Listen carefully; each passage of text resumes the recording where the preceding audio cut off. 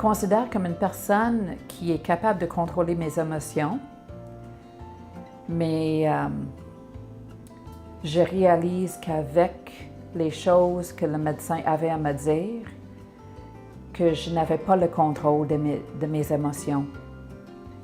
Je me rappelle que souvent, lors des rencontres, j'entendais absolument rien. Je n'avais qu'un sifflement dans mes oreilles. Je n'étais pas capable d'absorber les mots.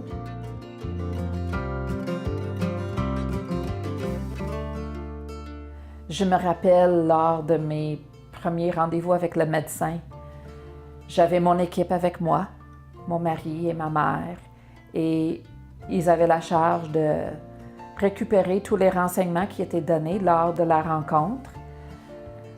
Mais je dois avouer qu'après les premières rencontres, j'étais très frustrée avec eux parce qu'ils n'ont pas réussi à capter les renseignements lors des rencontres. On sortait de la salle et je posais des questions et les deux n'avaient pas de réponse à me donner.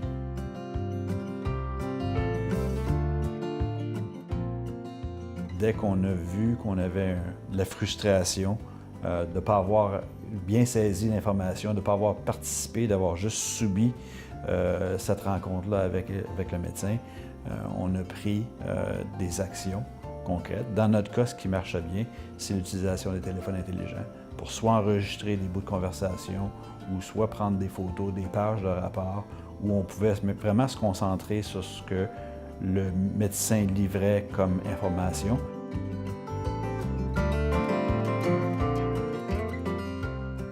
Des fois, lorsqu'on entend quelque chose du médecin et on croit que c'est peut-être des mauvaises nouvelles, mais on n'est pas certaine. C'est important de peut-être répéter qu'est-ce que l'oncologue vient de nous dire pour pouvoir clarifier avec lui.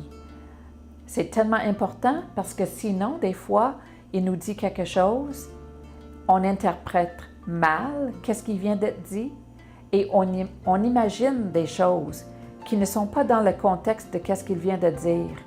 Mais on est devenu tellement émotionnel et on a tellement peur de qu'est-ce qui peut être dit que des fois, notre imagination part à créer des scénarios qui n'étaient même pas dans qu'est-ce qu'il avait l'intention de nous dire.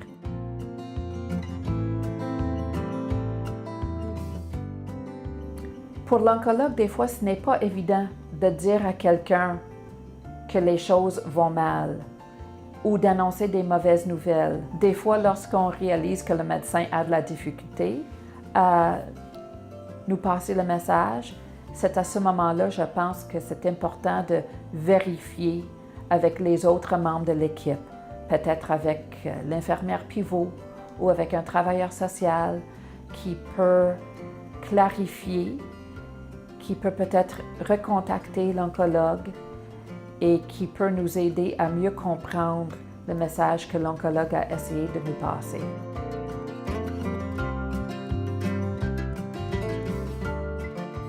Non seulement les membres de l'équipe professionnelle étaient disponibles pour pouvoir m'aider à comprendre les informations, mais aussi l'Internet.